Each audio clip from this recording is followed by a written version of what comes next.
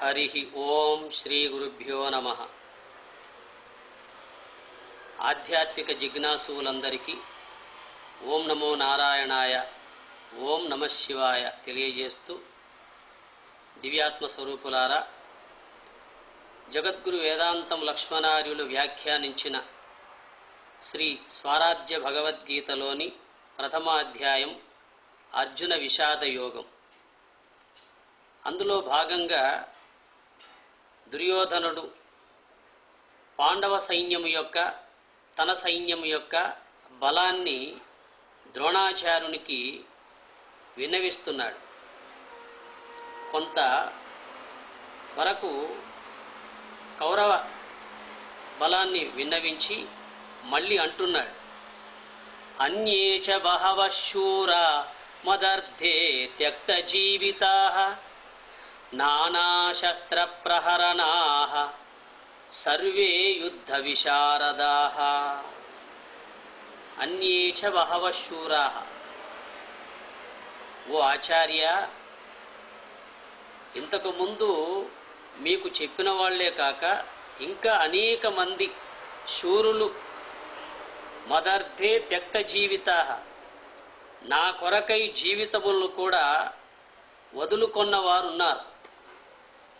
అందరూ అనేకములైన శస్త్రాయుధములు కలిగి ఉన్నారు, యుద్ధమునందు నిపుణులు అని చెబుతున్నారు. ఇంతకుముందు భీష్ముడు, ద్రోణుడు, కృపుడు, అశ్వత్థామ వీళ్ళందరి గురించి పరిచయం చేశాడు.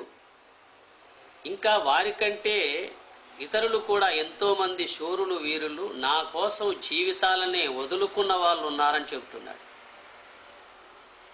ఇక్కడ దుర్యోధనుడు అంటే మనస్సని మనం బాగా గుర్తుంచుకోవాలి. ప్రతి మానవునిలో ఉన్న మనస్సే దుర్యోధనుడు. అట్టి మనస్సును తృప్తిపరిచే కోసం, అట్టి మనస్సును ఆనందముగా నుంచే కోసం ప్రతి మానవుడు పాటుపడుతున్నాడు. అందుకే నా కోసం జీవితాలనే వదులుకున్న వారు ఉన్నారు అన్నాడు ఆయన. అవును కదా, మరి లోకంలో మనస్సును గెలిచిన వాళ్ళు కొంతమంది అయితే మనస్సు చేత ఓడిపోయిన వాళ్ళు ఎంతోమంది. అందుకే ఈ మనస్సే దుర్యోధనుడు. మనస్సు అనబడే దుర్యోధనుడు ఆచారము అనబడే ద్రోణునితో ఈ విధంగా అంటుంది, ఓ ఆచార్య, చూడండి ఆయన సంబోధన. దుర్యోధనుని యొక్క సంబోధన ఎలా ఉంటుందంటే పెద్దలను సహితం ఆజ్ఞాపించినట్టుగా ఉంటుందే తప్ప ఆరాధించినట్టుగా మాత్రం ఉండదు. ఎందుకంటే మానధనుడు, అహంకార పూరితుడు. అందుకోసం ఆయన యొక్క సంబోధన ఆ విధంగా ఉంటుంది. ఓ ఆచార్య, నా కొరకు అనేక మంది జీవితాలను త్యాగం చేసి ఉన్నారయ్యా. వాళ్ళందరూ గొప్పగా యుద్ధము చేయగలిగిన వాళ్ళని చెబుతున్నాడు. అయితే యుద్ధములో ఏముంటాయి? నరకబడేటి ఉంటాయి, కొట్టబడేటి ఉంటాయి. నరకబడేటి శస్త్రములు అన్నారు, కొట్టబడేటివి ప్రహరణములు అన్నారు. శస్యతే అనేనేతి శస్త్రం శశుహింసాయాం. శస్యతే అనేనేతి శస్త్రం శశుహింసాయాం. హింసింపజేయునది కనుక శస్త్రము అన్నారు. ఏదైతే హింసింపజేస్తుందో, హింసిస్తుందో దాని శస్త్రము అన్నారు. అవును కదా, శస్త్రము ద్వారా నరకబడ్డప్పుడు, పొడిచినప్పుడు హింస కలుగుతుంది. అలాంటి హింసాత్మకమైన దాన్ని శస్త్రము అన్నారు. ఇక ప్రహరణం అంటే ప్రహరం త్యనేనేతి ప్రహరణం. ప్రహరం త్యనేనేతి ప్రహరణం. దీని చేత కొట్టుదురు కనుక ప్రహరణము అన్నారు. దేని చేత అయితే కొడతారో దాన్ని ప్రహరణము అంటారు. ఇప్పుడు నరకబడము, కొట్టబడడం అనేది మనం ఆధ్యాత్మికంగా విచారించితే ఎదుటివారి యొక్క దురభిప్రాయాలను మనము ఖండించాలి. ఎదుటివారిలో ఉన్నటువంటి యొక్క అజ్ఞానాన్ని తీసివేయగలగాలి. అదే గెలుపు అని అర్థం అండి. అంతేగాని ముష్టి యుద్ధములో గెలవడం మాత్రమే గెలుపు కాదు, జ్ఞాన యుద్ధములో గెలవడమే గెలుపు అని మనం ఆధ్యాత్మికంగా విచారించుకోవాలి. అందువల్ల ఎదుటివాని అభిప్రాయములను కూల్చుటయే సరి అయిన గెలుపు. ఆ దురభిప్రాయాలను మళ్ళీ వ్యాపింపచేయకుండా సహేతముగా నిర్మూలించడమే ఖండించుట. ఎదుటివాని యొక్క దురభిప్రాయాలు ఖండించాలి, మళ్ళీ అవి తిరిగి వ్యాపింపకుండా చేయగలగాలి. అంటే సమాజంలో దురభిప్రాయాలు ఖండించి మంచి అభిప్రాయాలను ప్రోత్సహించి మళ్ళీ అవి వ్యాపింపకుండా చేయగలిగితే దాన్ని గెలుపు అన్నారు. అందుకే జ్ఞానమే గెలుస్తుంది. జ్ఞానము ద్వారా గెలిచిన గెలుపే నిజమైన గెలుపు. అంతేగాని ఏదో ఎదుటి వాళ్ళను ఏదో ఒక విధంగా గెలవడం గెలుపు కాదు. మళ్ళీ అంటున్నాడు, అపర్యాప్తం తదస్మాకం బలం భీష్మాభిరక్షితం పర్యాప్తం త్విదమేతేషాం బలం భీమాభిరక్షితం. అది 10వ శ్లోకం, ప్రథమాధ్యాయంలో 10వ శ్లోకం. అపర్యాప్తం తదస్మాకం బలం భీష్మాభిరక్షితం పర్యాప్తం త్విదమేతేషాం బలం భీమాభిరక్షితం. ఓ ఆచార్య, భీష్మరక్షితమగు మన బలము అసంతృప్తిగానున్నది, భీమరక్షితమైన పాండవ బలము సంతృప్తిగానున్నది అంటున్నాడు. దుర్యోధనుని మాటల్లో ఎంత వేదాంతం ఉందంటే అంతరార్థంగా విచారిస్తేనే అర్థమవుతుంది.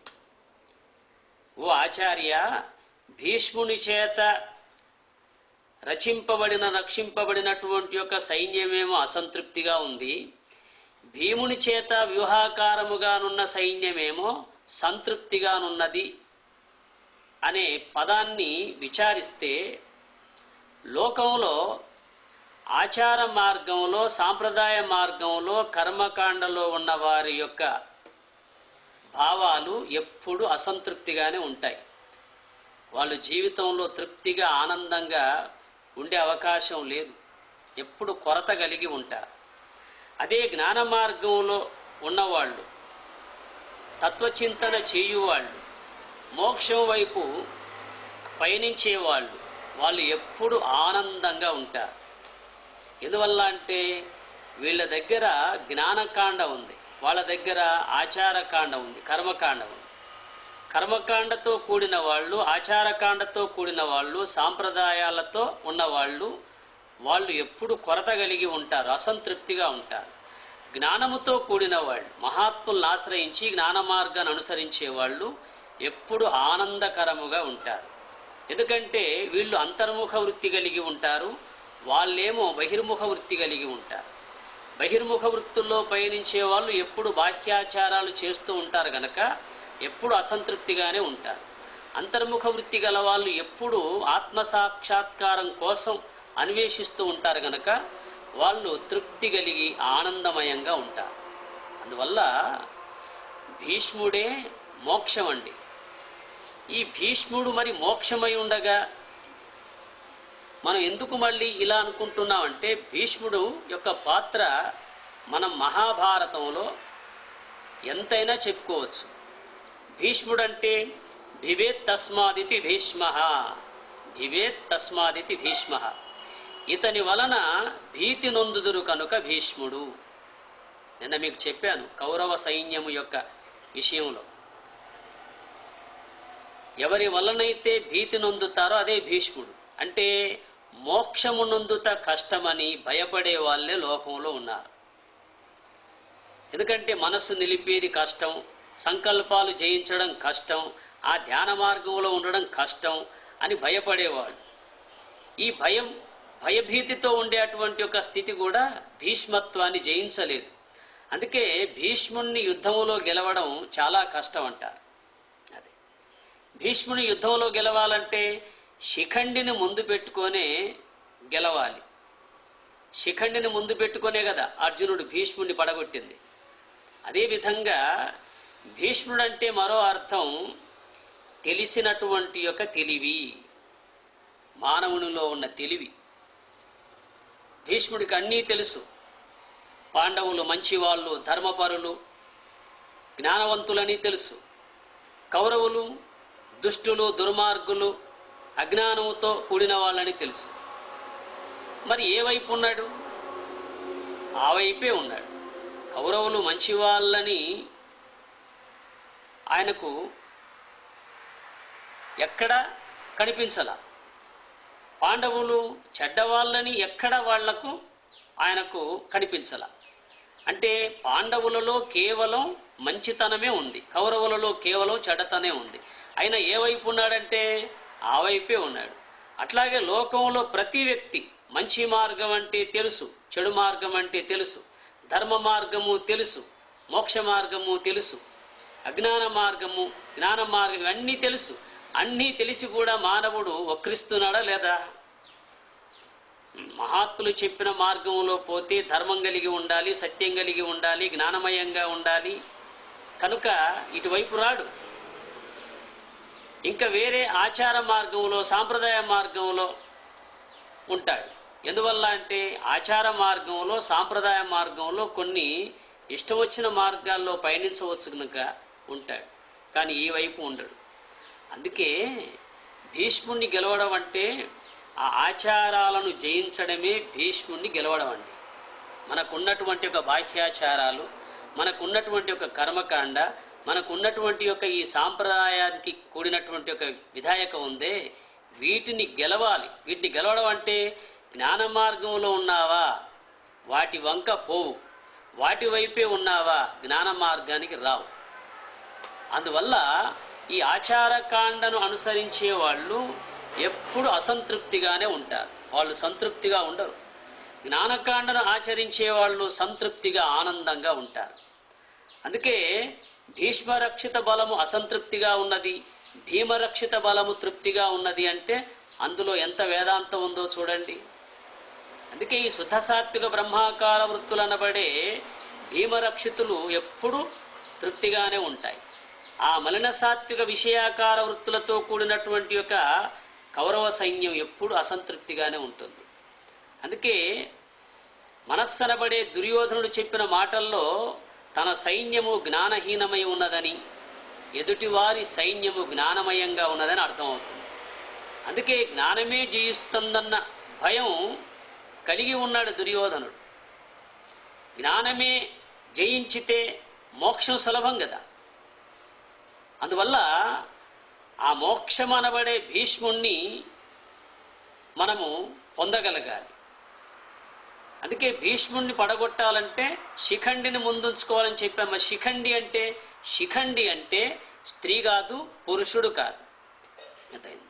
స్త్రీ పురుషుడు కానటువంటిది ప్రపంచంలో ఏదైనా ఉన్నదంటే జ్ఞానము అని అర్థం అండి. జ్ఞానము ఎందువల్ల అంటే జ్ఞానం అనే పదము స్త్రీ కాదు, పురుషుడు కాదు.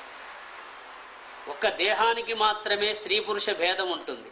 ఇక సూక్ష్మదేహము, కారణదేహము, మహాకారణమనబడే తెలివి, ఆ సూక్ష్మదేహానికి సంబంధించిన విషయం ఏది స్త్రీ కాదు, పురుషుడు కాదు. సూక్ష్మదేహం స్త్రీయా పురుషుడా?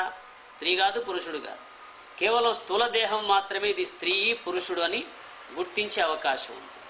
అందువల్ల లోకములో నపుంసక్తకం గలది ఆత్మవస్తువు. ఆ ఆత్మవస్తువును పొందాలంటే జ్ఞానము. జ్ఞానం ఎప్పుడైతే సిద్ధిస్తుందో తెలిసిన అహంకారం కూడా పడిపోతుంది. అదే ఈ తెలిసిన అహంకారమే భీష్ముడు. భీష్మాచార్యునికి తెలుసు పాండవులు మంచివాళ్ళని, కౌరవులు చెడ్డవాళ్ళని. లోకంలో అందరికీ తెలుసు దుర్మార్గం ఇలా ఉంటుంది, సన్మార్గం అలా ఉంటుందని. ఎప్పుడైతే ఈ తెలిసిన అహంకారం కూడా నశించిందనుకో మోక్షమే అది. అందుకే లోకంలో తెలియని అహంకారము ఉంది కొంతమందికి, తెలిసి తెలియని అహంకారం ఉంది కొంతమందికి, తెలిసిన అహంకారం ఉంది కొంతమందికి. ఈ తెలిసిన అహంకారమే మాయ. ఈ తెలిసిన అహంకారము మాయ అనబడేది ఏం చేస్తుందంటే మళ్ళీ అవిద్యలో పడవేస్తుంది, అజ్ఞానంలో పడవేస్తుంది, మళ్ళీ జన్మ పరంపరల్లో పడవేస్తుంది. అందుకే మీరు చూడండి, భీష్ముణ్ణి సంరక్షించుకోవాలి అంటాడు ఎవరు? దుర్యోధనుడు. అంటే ఒక్క భీష్మాచార్యుడు బ్రతికి ఉంటే మళ్ళీ ఈ ఆచారాలన్నీ పుట్టుకొస్తాయి. ఈ కులాచారాలు, ఈ యొక్క మతాచారాలు, ఈ యొక్క సాంప్రదాయ ఆచారాలు ఇవన్నీ సంరక్షించుకోవచ్చు కదా. అందుకోసం ఒక్క భీష్ముని రక్షించుకుంటే చాలంటాడు. అందుకే లోకంలో ప్రతి ఒక్క మానవుడు ఏం చేస్తున్నాడంటే తన కులాచారము లేదా తన యొక్క ఆధ్యాత్మిక సంబంధమైన ఏవో కొన్ని బాహ్యాచారాలు ఉంటాయి కదా, ఈ ఆచారాలన్నీ సంరక్షించుకుంటూ ఉంటాడు కానీ ఈ ఆచారాలను మాత్రం తెంచుకోలేడు. అందుకే ఈ ఆచారుల్ని కూడా నీవు చంపగలిగితే, అంటే వదులుకోగలిగితే నీకు మోక్షం సిద్ధిస్తుందయ్యా, లేకపోతే ఈ ఆచారాల్లోనే నువ్వు పోతావయ్యా అని చెప్పిన మాటలు మనకు భగవద్గీతలో లేవా? ఉన్నాయి. అందువల్ల ఈ భీష్మరక్షిత సైన్యము, భీమరక్షిత సైన్యము అంటే ఆచారముతో సాంప్రదాయముతో, కేవలం ఈ వాక్యాచారాలలో ఉన్న సాంప్రదాయం అంతా భీష్ముని యొక్క సైన్యము, భీష్ముని వైపు ఉన్న కర్మకాండకు సంబంధించిన సైన్యము. ఈ భీముని యొక్క సైన్యము జ్ఞానకాండకు సంబంధించిన సైన్యం. అందుకే జ్ఞానకాండలో ఉన్నవాళ్ళు ఆనందంగా ఉంటారు, కర్మకాండలో ఉన్నవాళ్ళు ఏదో కొరత కలిగి ఉంటారని చెప్పిన మాట ఇందులో మనకు తెలియబడుతుంది. అందువల్ల భీముడు అంటే భివేత్ తస్మాత్ త్రైలోక్యం భీమః, భివేత్ యస్మాత్, భివేత్ యస్మాత్, భివేత్ యస్మాత్ త్రైలోక్యం భీమః. ఎవని చేతనైతే ముల్లోకములు భయపడతాయో, గడగడ వణుకుతాయో వాడే భీముడు అన్నారు. ముల్లోకములంటే ఆధ్యాత్మిక విషయంగా విచారిస్తే ముల్లోకములంటే భూహు భువః శువః. భూహు అనగా గోళకములు, భువః అనగా ఇంద్రియములు, శువః అనగా ఇంద్రియాది దేవతలు. ఈ భూర్భువస్సువర్లోకములు కైవల్యములో లేవు. అందుకే కైవల్యమే భీముడు, మోక్షమే భీష్ముడు. మోక్షము ఏ విధంగానైనా పొందొచ్చుననుకునే వాళ్ళు అసంతృప్తిగా ఉంటారు. మోక్షము అనబడేది ఈ విధంగానే పొందాలి, మరో మార్గం లేదు అని తెలుసుకున్న వాళ్ళు ఆనందంగా ఉంటారు. అందువల్ల భీముడు అంటే కైవల్యమే భీముడు, ఉదానవాయు స్వరూపుడే భీముడు. అట్టి ఉదానవాయు స్వరూప కైవల్యము నొందినప్పుడు ఈ భూర్భువస్సువర్లోకములు ఎందుకున్నాయి? లేవు కదా. అందుకే భివేత్ తస్మాత్, భివేత్ యస్మాత్. యస్మాత్ అంటే ఎవని వలన, భివేత్ ఎవని వలన ముల్లోకములు భయపడతాయో అతడు భీముడు. అదే అందుకే ఇతని వలన ముల్లోకములు భయపడతాయి గనక భీముడు. బ్రహ్మనిష్ట పరిపక్వావస్థ యందు భూర్భువస్సువర్లోకములు లీనమై ఉంటాయి. నిస్సంకల్ప స్థితియే ఉదానవాయు రూప భీముడు. బ్రహ్మనిష్ట పరిపక్వ సమయంలో ఈ భూర్భువస్సువర్లోకములు లయించిపోతాయి. అట్టి నిస్సంకల్ప స్థితి ఏదైతే ఉందో కైవల్యము, అదే ఉదానవాయు భీముడు. అందుకే ఇట్టి భీమరక్షితమైన శుద్ధ సాత్విక వృత్తులు సంతృప్తిగా ఉంటాయి అని చెప్పాడు. అందుకే స్వరాజ్య భగవద్గీతలో ఎంతో గొప్ప విషయం ఉందండి. మీరు ఎన్నో భగవద్గీతలు చదవవచ్చు. స్వరాజ్య భగవద్గీత చదవండి. జగద్గురు వేదాంతం లక్ష్మణార్యులు 1936లోనే ఈ అంతరార్థాలను లోకానికి అందించాడు. అందువల్ల భగవద్గీత శ్లోకాలు మనము మార్చనవసరం లేదు. భగవద్గీతలో ఉన్నటువంటి ఒక శ్లోకాలకే సరి అయిన అర్థాలను మనం తెలుసుకోగలిగితే మనలో ఉన్నటువంటి ఒక అజ్ఞానమంతా అంతరించిపోతుంది. జ్ఞానం మాత్రమే మిగిలి మోక్షాన్ని పొందే అవకాశం ఉంటుంది. అట్టి స్థితి సద్గురునాథుడు సర్వేశ్వరుడు మీ అందరినీ కలిగించుగాక కోరుతూ తదీశ్వరుణ్ణి ప్రార్థిస్తూ హరి ఓం తత్సత్.